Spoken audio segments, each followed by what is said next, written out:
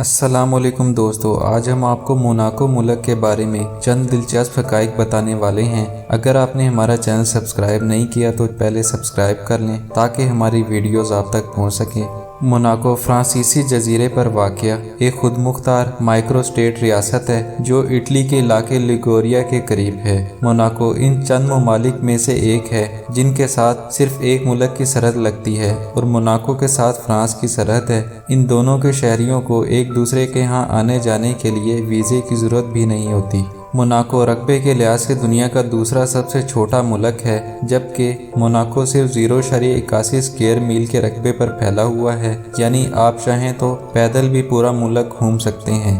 लेकिन साथ ही मोनाको दुनिया की सबसे ज़्यादा गुंजान आबाद खुद मुख्तार रियासत भी है। मोनाको दुनिया की सबसे ज़्यादा GDP रखने वाला मुल्क है, जबकि यहाँ गुर्बत की शरह दुनिया में सबसे कम है। यहाँ बेरोज़गारी की शरह सिर्फ 2% है, जबकि रोज़ाना 48,000 मुलाजमीन फ्रांस और इटली से यहाँ आते हैं। इसके अलावा दुनिया के सबसे ज़्यादा करोड़पति और अरबपति अफराद भी यहीं पाए जाते हैं। यहाँ ना तो शहरियत की सूरत में किसी को शहरियत दी जाती है और ना ही इस मुल्क के किसी शहरी से शादी करने पर शहरियत मिलती है। मोनाको की शहरियत हासिल करना एक एजाज़ की बात समझी जाती है, लेकिन इस बात का फैसला मुल्क का बादशाह करता है कि किसे सिटीजनशिप देनी है और किसे नहीं। मोनाको के रिहायशियों के लिए ज़रूरी है कि वो अपना ज़ाती बैंक अकाउंट रखते हों, जबकि अकाउंट खोलने के लिए एक बड़ी रकम की ज़रूरत होती है। लेकिन अकाउंट खोलने से कबल अमला आपकी आमदन के ज़राए की भरपूर जाँच करेगा। आप बगैर अकाउंट के ना तो अपार्टमेंट किराए पर हासिल कर सकते हैं और ना ही सिम कार्ड खरीद सकते हैं। इस मुल्क में लिबास के हवाले से भी काफ़ी पाबंदियां हैं।